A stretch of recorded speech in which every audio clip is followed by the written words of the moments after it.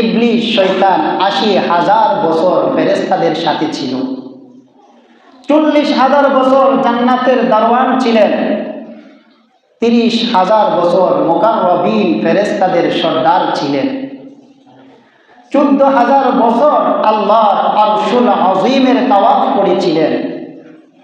যার প্রথম আসমানের নাম ছিল আবেদ, দ্বিতীয় আসমানের নাম ছিল জাহেদ, তৃতীয় আসমানের নাম ছিল আরেফ, চতুর্থ আসমানের নাম ছিল উলি, পঞ্চম আসমানের নাম ছিল তৌকিক, ষষ্ঠ আসমানের নাম ছিল খাজেন, সপ্তম আসমানের নাম ছিল আজাজিল।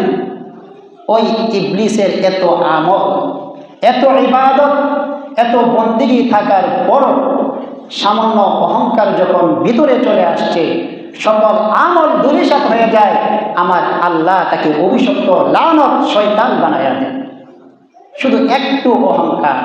আল্লাহ যখন বলছেন আদমকে সিজদা করো, ফাসাজাদু ইল্লা ইবলিস, সবাই সেজদা করে আল্লাহর হুকুমের অমান্য করে ইবলিস আদমকে সিজদা করে নাই।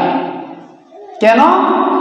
ইবলিসের একটাই অভিযোগ ছিল যে আদমকে আমি সেজদা করব, এ আদম হচ্ছে মাটির তৈরি, আমি আদমের চাইতে উত্তম, আমি হচ্ছে আগুনের তৈরি।